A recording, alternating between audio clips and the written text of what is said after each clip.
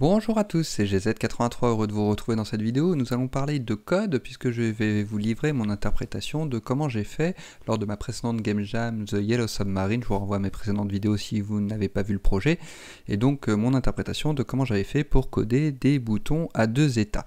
Donc pour ce faire, dans mon exemple, j'ai pris deux boutons différents, un bouton 1 qui a cette forme rectangulaire, un bouton 2 qui a cette forme carrée. Chaque bouton peut avoir deux états puisqu'il peut prendre une position on ou une position off. Et donc on attaque sans plus attendre pour coder ces boutons en créant une fonction locale que je vais appeler newButton, qui va donc me servir à coder ces fameux boutons. Du coup, je vais créer une variable locale que je vais appeler button. Comme la variable est locale à cette fonction newButton et qu'elle va être effacée donc à la fin de l'exécution de cette fonction, c'est-à-dire dès que le programme rencontrera ce end, la première chose que je vais faire, c'est retourner cette information button à qui aura appelé cette fonction pour que l'information ne soit pas perdue. La deuxième chose que je vais faire, c'est que je vais préciser que cette variable button est une variable complexe qui va contenir plusieurs choses, puisque pour afficher un élément à l'écran, il faut donc une image, donc on peut déjà mettre button.img égale quelque chose, il faut une coordonnée x, donc button.ox pour l'origine x de l'image, et une coordonnée y, button.oy pour les coordonnées y de l'image. Donc par défaut ici je vais mettre 0, 0, et donc l'image, il faut déjà qu'on la charge. Et donc le problème que je vais avoir, c'est que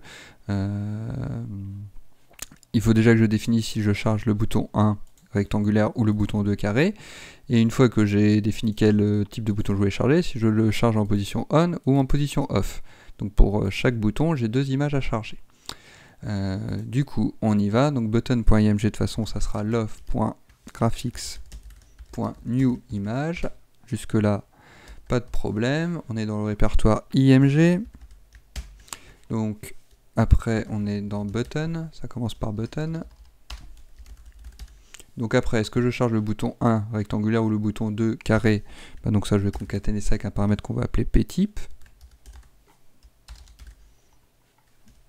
qu'on va passer lorsqu'on appellera la fonction. C'est moi qui vais dire si je veux charger le bouton 1 ou le bouton 2. OK. Donc après, on concatène avec le underscore. Après, j'ai soit l'état 1, soit l'état 2 du bouton. De toute façon, il faut que je charge les deux, vu que je vais afficher au bout d'un moment soit la première, soit la deuxième image. Donc, je vais faire une boucle, local n. Du coup, je vais mettre for n égale 1 à 2, puisque c'est des boutons à deux états. Do end. Et donc, donc là, on va concaténer ça avec le n, qui me sert à faire la boucle. Donc, première étape de la boucle, ça va me charger l'image 1, c'est-à-dire celle-ci. Deuxième étape de la boucle, ça va me charger l'image 2, c'est-à-dire cet état-là. OK, et puis après, il faut concaténer ça avec le point PNG. Et normalement, là, ça devrait marcher. Ça devrait marcher, sauf que le problème que j'ai, c'est que button.img, là, va récupérer deux informations, puisque j'ai une boucle à deux éléments.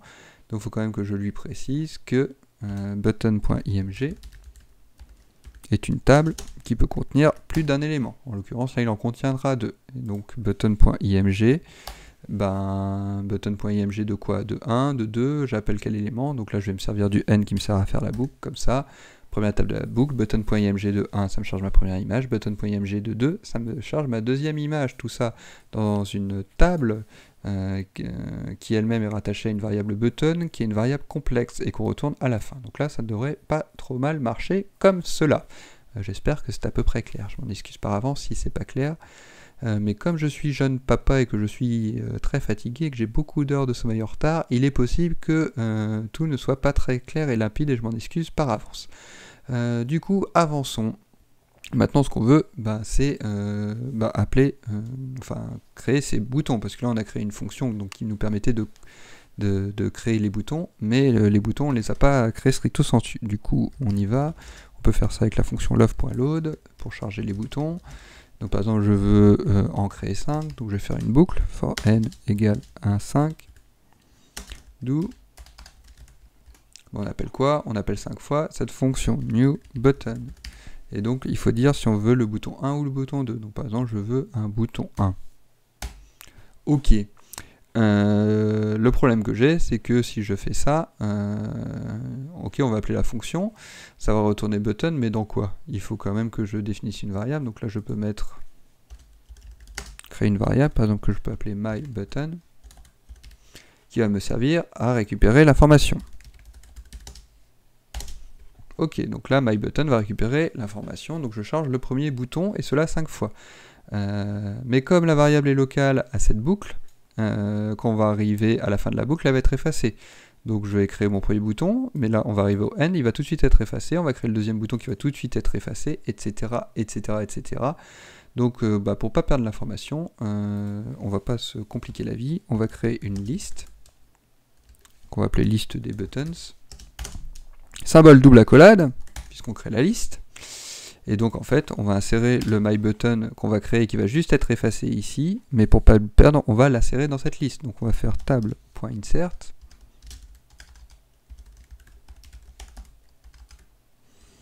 Donc on l'insère dans la liste des boutons et on insère la variable myButton qui vient de récupérer cette information. Et comme ça, bien qu'elle va être effacée ici, la liste, elle est bien en dehors de cette fonction, de cette boucle, donc ça ne sera pas effacé.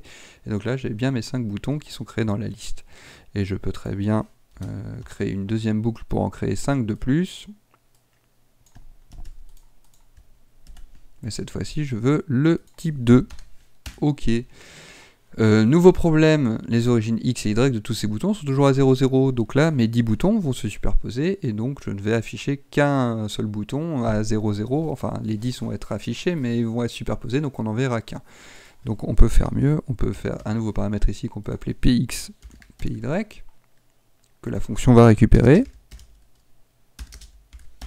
Voilà, et cet agrément-là, c'est moi qui le définis. Donc au début, je peux très bien dire, comme j'ai un n qui me sert à faire la boucle, que je le fais à n-1 fois 50, et sur une verticale à 0. Donc le premier bouton n est égal à 1, 1 moins 1, 0 fois quelque chose, ça fera 0, donc le premier bouton il sera bien à 0, 0. Le deuxième n est égal à 2, 2 moins 1 ça fait 1 fois 50, sera à x50, toujours à y0, donc je vais avoir 5 boutons qui se créent comme ça, sur la même ligne. Je peux reprendre la même logique pour ma deuxième série, sauf que cette fois je les mets à 100 d'ordonnées, comme ça ça me fait une deuxième ligne 100 pixels sous la première. Et donc là j'ai bien créé mes 10 boutons. Maintenant ce que je veux c'est les afficher pour voir si ça marche. Donc on peut faire ça avec la fonction love.draw. Donc là je peux très bien créer une variable locale n, je peux très bien créer une boucle qui va de 1 jusqu'à l'ensemble des éléments de ma liste. Et donc je veux faire quoi? Je veux afficher mes boutons. Donc lovegraphics.draw. Donc je veux afficher l'image. Donc par exemple je peux afficher l'image 1. Donc liste des buttons de n.img 1. Voilà. Aux coordonnées x, list button de n.ox et aux coordonnées y, list button de n.oy. Ok. Est-ce que ça marche? Oui, j'ai mes 10 boutons qui s'affichent à l'écran. Alors, on peut faire différemment, et moi je trouve qu'on peut faire mieux. C'est-à-dire que donc là, vu que j'ai créé une fonction, faire comme ça on verra mieux. Ma fonction princeps là qui crée mes boutons, mes objets boutons, je vais me servir de cette fonction pour afficher mes éléments. Comme ça, tout ça va être attaché à cette fonction. Ça sera plus lisible dans mon code, parce que quand je vais voir ça et que j'aurai 2000 lignes de code, je vais dire mais qu'est-ce que c'est que ce truc, pourquoi ça affiche ça? Donc moi je préfère faire autrement, je préfère créer ici un élément, par exemple que je vais appeler button.draw. Ok. Donc qui est rattaché à l'élément button, hein, qui est une variable complexe avec les doubles accolades, ça il n'y a pas de problème, et donc ça je dis que c'est une fonction. Ok. Et cette fonction elle va faire quoi? Eh ben, elle va m'afficher mes boutons.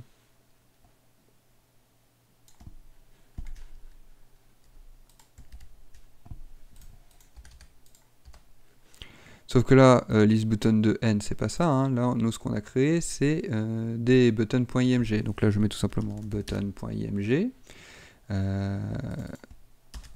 qu'on a créé donc à l'origine x, donc button.ox, et qu'on a créé à l'origine y, button.oy. Ok, et donc pour afficher, maintenant, ben, j'appelle tout simplement cette fonction, button.draw. Donc, sauf que là, donc on est dans la liste, donc c'est liste des buttons de n.draw. Et donc là, là, ça marche tout aussi bien, sauf que j'ai rattaché ça à ma fonction newButton. Ok, c'est déjà plus lisible, mais on peut encore faire mieux. Depuis que j'ai trouvé la fonction magique, là, for kv, donc key value, dans, et on parcourt tous les éléments de la liste.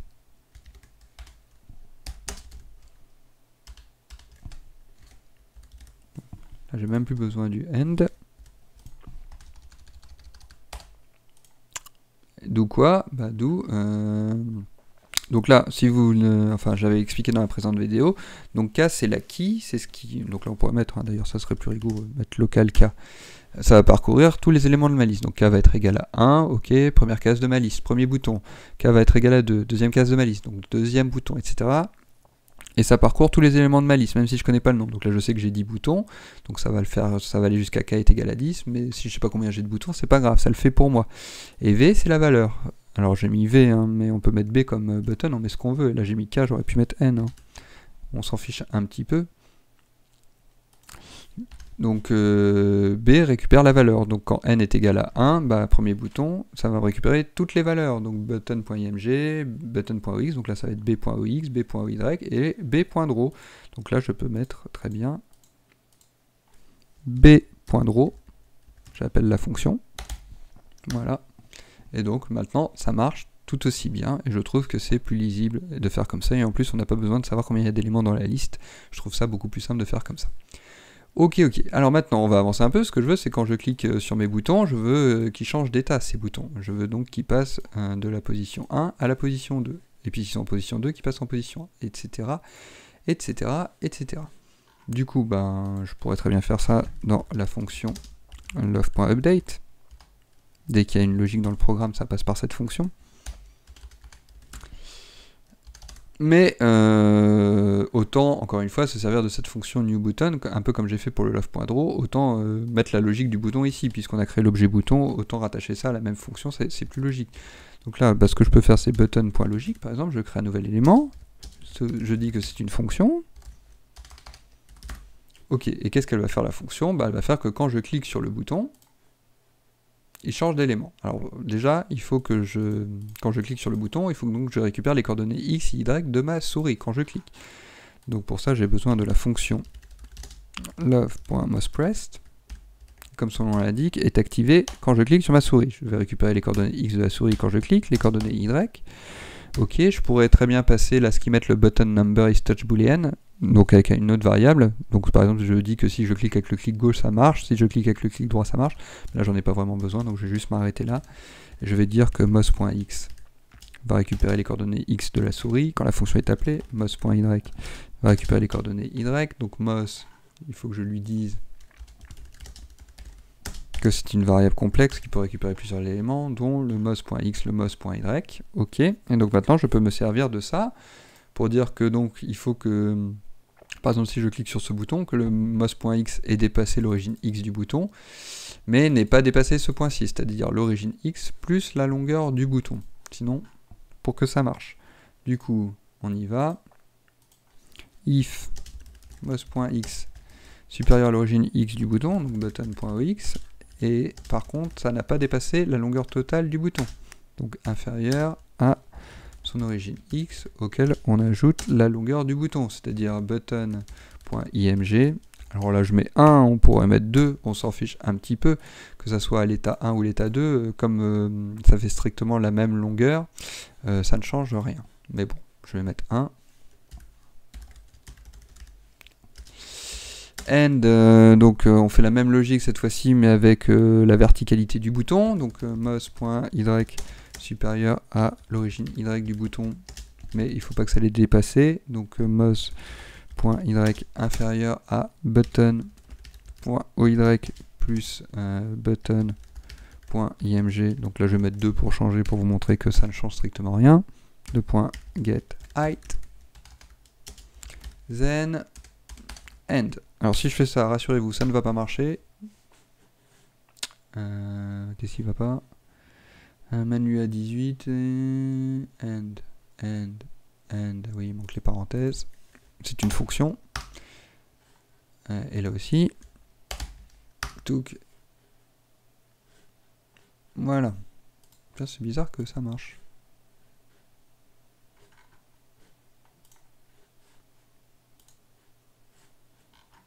Ok, bon bah ça marche, tant mieux. Non, parce qu'en fait on pourrait s'attendre à ce que ça ne marche pas. Parce que au début, mos.x et mos.y, il pourrait très bien dire que c'est des valeurs nulles, puisque je n'ai pas encore cliqué avec ma souris. Et donc comparer une valeur numérique avec une valeur nulle, ça pourrait ne pas lui plaire.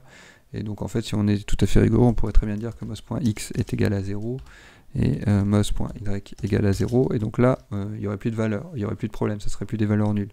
Mais bon, là, il dit rien, donc tant mieux. Donc là, je clique, il se passe rien. Ah bah si, je sais pourquoi. Je vais vous faire la démonstration tout de suite. Parce que là, la button.logic, je ne l'ai pas encore appelé. J'ai créé la fonction, mais il faut quand même que je l'appelle. Donc je refais la même logique, for nb in hyperlist des boutons, sauf que là, c'est pas b.draw, c'est b.logic. Voilà. Et donc là, il me dit, voilà, le fameux, tu essayes de comparer une valeur nulle, puisque mos.x et mos.y, c'est nil pour l'instant, puisque je n'ai pas défini ce que c'était, et moi je dis que c'est des valeurs numériques. Ok. Et donc là, maintenant, ça remarche. Donc voilà, donc là je clique, il se passe rien parce que je respecte la condition mais je dis pas ce qui doit se passer et donc je dis que il faut que ce qu'on affiche là, le button.img1, ça passe button.img2. Donc pour ce faire, on va créer une variable qu'on va appeler button.onScreen, le bouton qu'on affiche à l'écran. Voilà. Donc c'est bien lui qu'on veut afficher à l'écran. Voilà, et button.onScreen au début, on va dire que c'est égal à 1, et donc si je suis là, je dis que par exemple button.onScreen égale ce button.onScreen plus 1. Ok, donc là c'est égal à 1, ça m'affiche la première image. Si je respecte la condition qu'on a détaillée, ça s'incrémente, donc ça va passer à 2. Et ça va afficher ma deuxième image, c'est-à-dire là. Alors là, je vais quand même avoir un problème, je pense que vous avez compris. Donc là, ça va, j'ai plusieurs problèmes qui se superposent, donc c'est pour ça qu'il n'est pas content. Non. Vous voyez, ça passe un peu à off, on l'a vu hein, rapidement, avant que ça bug. Là, on n'a pas vu. Voilà, là, on a vu que c'est passé à off. Parce qu'en fait, le problème, c'est qu'après, ça va passer à 3, mais moi, j'ai chargé que 2 images. Donc forcément, button.img3, il me dit que ça n'existe pas. Hein, ça, dans ta liste, cette variable, elle n'existe pas. Donc il faut quand même que je lui dise que donc là, ça peut s'incrémenter, mais quand même que si button.onScreen supérieur à 2, c'est-à-dire au nombre d'états que mon bouton peut avoir, alors button.onScreen revient à 1. Donc si j'étais à l'image à 2, je reviens à l'image à 1. Et d'ailleurs ça m'arrange bien, puisque comme ça je vais pouvoir jongler entre ces deux états. Parce que une fois que j'étais là, qu'est-ce que je fais quand je clique dessus? Je repasse à l'état 1. Ok. Et donc là, maintenant, le problème est résolu. Alors vous voyez que là, j'arrive à cliquer, mais difficilement, j'ai un autre bug qui se superpose.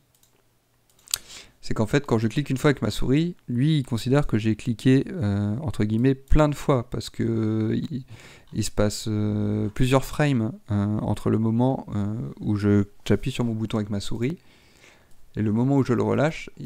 Voilà, il se passe plusieurs choses. Vous avez vu, le bouton, il a tendance à clignoter plein de fois. L'ordinateur a du mal, il ne comprend pas ce qui se passe. Il considère que j'ai cliqué plein de fois. Alors, ce qui fait que la parade, c'est de dire que, par exemple, mouse.pressed, donc j'ai bien appuyé dessus, est vrai. D'accord. Donc, je teste la condition. Si j'ai bien appuyé dessus, and mousePressed. Alors là, je pourrais mettre mousePressed égale true, si c'est vrai. Mais ça, si je mets juste mousePressed, enfin mouse.pressed, c'est sous-entendu que ça doit être vrai, comme c'est un booléen que j'ai créé ici. D'ailleurs, je pourrais lui dire que mouse.pressed égale false. Voilà, comme ça j'ai défini que c'était un booléen. Donc je clique avec ma souris, mouse.pressed est vrai. Si mouse.pressed est vrai, je teste la condition, ok. Et surtout, je lui dis qu'une fois que tu as testé la condition, que tu as incrémenté si tu devais incrémenter, mouse.pressed devient faux. Voilà. Et comme ça, il va bien falloir attendre que je reclique pour que ça redevienne vrai. Et donc maintenant, je n'ai plus de problème. Voilà. Et ça le fait bien une fois à chaque fois. Et pour tous mes boutons. Et voilà comment on peut coder rapidement des boutons à 2 états. Alors, si vous avez toujours un peu de patience, on peut faire mieux, on peut toujours faire mieux. Alors, la première chose qu'on peut faire mieux, c'est dans la rigueur du langage. Alors, l'UA est permissif. Vous voyez que là, le N, il veut bien me le concaténer avec une chaîne de caractères. Pourquoi c'est bizarre? Parce que le N, vous avez vu que c'est une valeur numérique qui me sert à faire la boucle. Alors, lui, il est gentil, il me le concatène, il me le passe en string. Mais je suis à peu près sûr qu'avec le C# ça ne marcherait pas. Comme c'est un langage qui est assez psychorigide et qui est beaucoup plus rigoureux. Donc il me dirait, mais comment tu fais pour passer une valeur numérique que tu veux concaténer avec une chaîne de caractères? Donc on peut limiter ce problème en appelant la fonction toString, qui va donc me convertir en string, donc en caractère, une valeur numérique n. Donc voilà, et donc là ça marche tout aussi bien, tout pareil. On peut encore aller plus loin, on peut dire, parce que là je charge tous mes boutons en on, mais peut-être que moi je veux qu'ils soient off, d'ailleurs c'était le cas, mes moteurs ils étaient éteints dans mon sous-marin au début. Et du coup, on veut peut-être charger directement, là plutôt de charger la première image, on pourrait très bien charger une image qu'on a dessinée nous. Donc du coup, button.screen, au lieu de dire que c'est égal à 1, on peut passer à un autre paramètre qu'on pourrait appeler pState, pour l'état du bouton au début. Voilà. Et donc moi par exemple je veux que mes 5 premiers boutons ils soient allumés, donc ça serait 1, et que mes 5 autres boutons sur ma deuxième ligne soient éteints au début. Voilà. Donc là on a déjà quelque chose de mieux. Sauf que 1 et 2, moi je vais jamais me rappeler à quoi ça correspond ici. Donc moi ce que je veux plutôt c'est que ça soit on. Et que cela il soit off, par exemple. Là c'est déjà beaucoup plus lisible. Et donc ici, là, quand je mets le pState, je peux très bien dire que if pState égale on, then button.onScreen égale 1, else, alors je pourrais mettre else button.onScreen égale 2, end, mais bon c'est pas très rigoureux, et puis dans l'optique où on aurait des boutons à plus de 2 états, autant tout de suite cadrer le truc. Donc else if pState égale off, then button.onScreen égale 2. Voilà. Et donc là ça marche tout pareil, sauf que c'est plus lisible, on a des on et des off.